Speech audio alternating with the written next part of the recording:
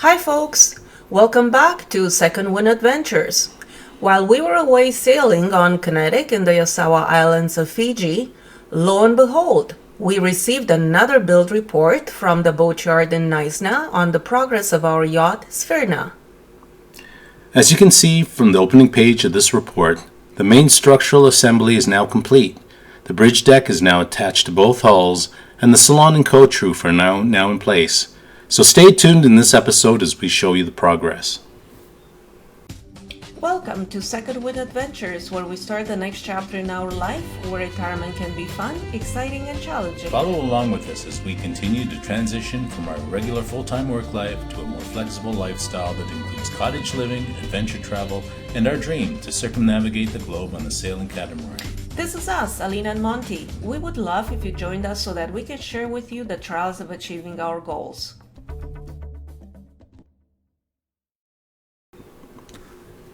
So before we move on to the next page, I wanted to point out one of the major changes that we'll be gaining in our build that will not be illustrated in these photos, and that is the fact that we will be changing to a 48-volt electrical system using the integral system for optimizing electrical power generation from the large alternators that will be mounted on our diesel engines.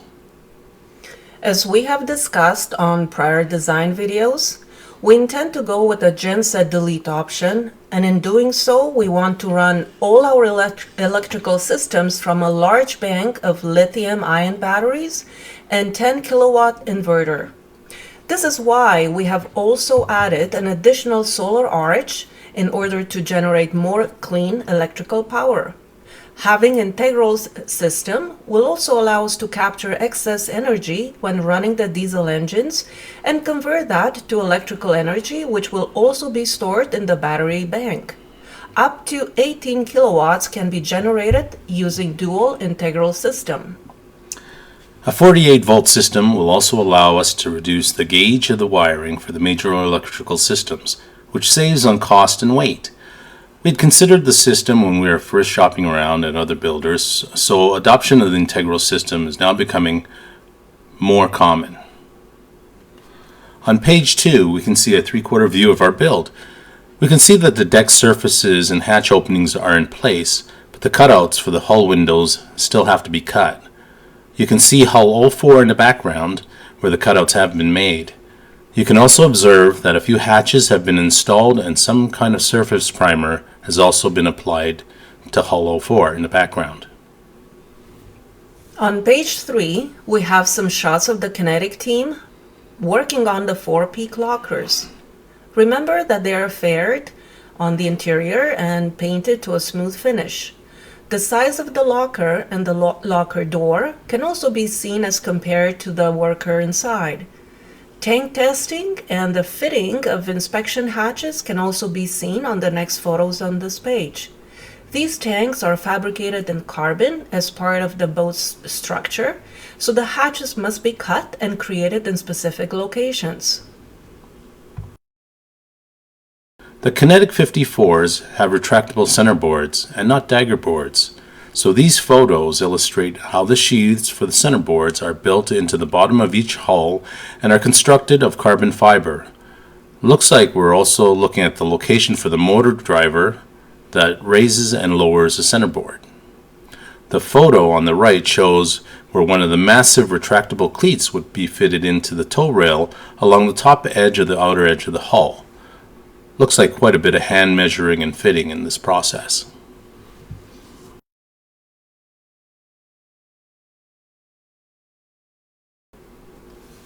This photo is very interesting as it shows the position of the new larger dual aft windows for each aft stateroom.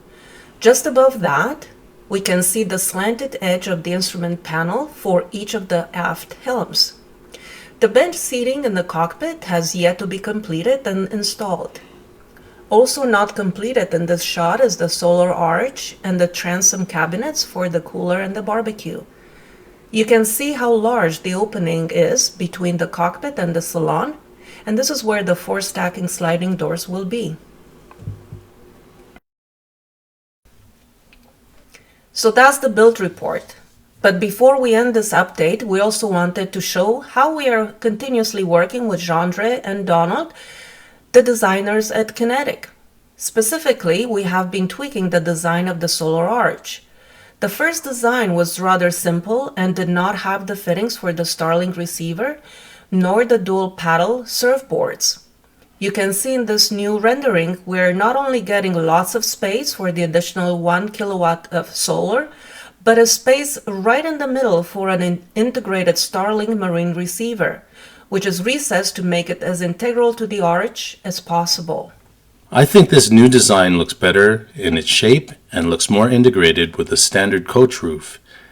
It is almost reminiscent of the Porsche 911 design whale tails, although in this case downforce is undesirable. The next view also shows the additional structural carbon supports which will extend from the main coach roof to the solar arch spoiler. The side view shows the new vertical supports which rise from the transom. These will also fit in with the rest of the look as they're also carbon fiber and finished in black. We also like the fact that it provides an additional sunshade which will extend out over the davits and the retractable swim platform. This should offer some additional rain and sun protection for our carbon OC tender on the davits. Notice how both the coach roof and the arch edges are finished in the metallic orange hull color. Monty thinks that's really cool. And it is. Shows what the aft view looks like with the swim platform in its retracted position. The flared carbon extension supporting the base of the arch at the top is also a cool look design. This view shows the floating effect for the coach roof and the arch, with all the supports and vertical finishes blacked out. Just way too cool, man. With what we're doing to this boat, it's not really semi-custom to us, it's fully custom, while also allowing us to make design statement choices which are trendy and very distinctive. We wanted to have one of the coolest looking catamarans on the water. Now only guests and crew wearing Ray-Bans and Maui Jims will be allowed on board. Sure. Now let's talk about the surf paddleboard storage. Our goal was to have an aesthetically pleasing place to store and easily access hard surfboards on the boat. We don't like the idea of strapping them to the lifelines around the deck, which we think obstructs the outward view, nor to the trampoline, which then it takes away from lounging areas. Real surfers and paddlers also don't use inflatables, so we are going with composite boards, which will be stored under the coach roof and the solar arches with racks. This is an illustration on one way we can do this under the combined coach roof solar arch. However, this is the design that we opted for, under the solar arch only and up high. This way, its obstruction of the view out all three sides of the cockpit are minimal. And also, it's out of the way and does not interfere with headspace, where some tall person walking from the cockpit out to the aft helm positions doesn't have to duck under the surfboards while it's stored. So this is the final concept rendered. Doesn't she look good? Monty thinks she looks really fast and way cool. It just needs that carbon mast boom and dark 3D eye sails to complete the look. Now, while cruising on Kinetic 6201 for 10 days in Fiji, I really got to spend some time using the Galley to prepare meals and to access the fridge, storage, and other original design elements. We came out with a few modifications that we're taking from Hull 6201 and some of our own additional items. The first item we wanted to adopt from 6201 are the deep and secure bottle storage or sauce bins that flank the induction cooktop. We found this to be a very logical and practical place to keep cooking oils and some other bottles, so they are accessible within arm's reach while cooking. In this next shot, you can see that we have moved the position of the ice maker forward to the front, under the corner underneath the counter. On 6201, in the corner, this was a deep top access storage location, And because we lacked the spider monkey arm length, we found that these items stored at the bottom of this corner access bin hard to access. So we made it shallower and put the ice maker right underneath it. In the next shot, it shows that we've also added an additional wine and alcohol pull-out storage bin. I wanted to personally remark and thank Gendre for thinking about how to care for my precious single malt collection that we're going to have stored on the boat with us when we're traveling. Credit goes out to him for some of these nice design changes. Yes, and now we have a little bit more space for a larger flat panel TV as well.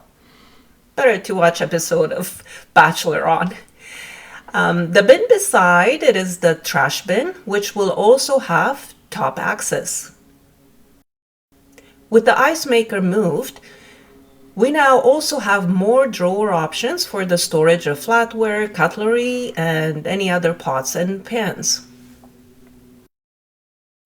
By going with a dual fridge drawer freezer set right in the galley, we also free up some corner counter space just underneath the corner counters. This was the location of the freezer in 6201, but with our dual fridge freezer setup, we're going to use this space instead for small appliances that we can store underneath the counter. Although we are not in our final choice on this last item, we're considering a dual-use breakfast counter helm seat option that folds away underneath the counter and out of the way when not in use. If we could figure out a way to pivot the seat towards the helm, that may be the perfect solution. We found that when we were sailing 6201 with no seat in place behind the helm, you could get very tired when you're standing there for more than like an hour and a half. Yeah, I agree. So anyway, we thought sort of at least leaning or some kind of counter seat that we could stow away would be a good solution. Mm-hmm.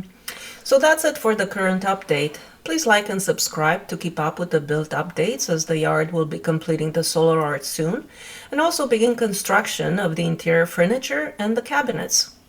And in our next episode, we'll be back to our sailing adventures on the water. See you next time.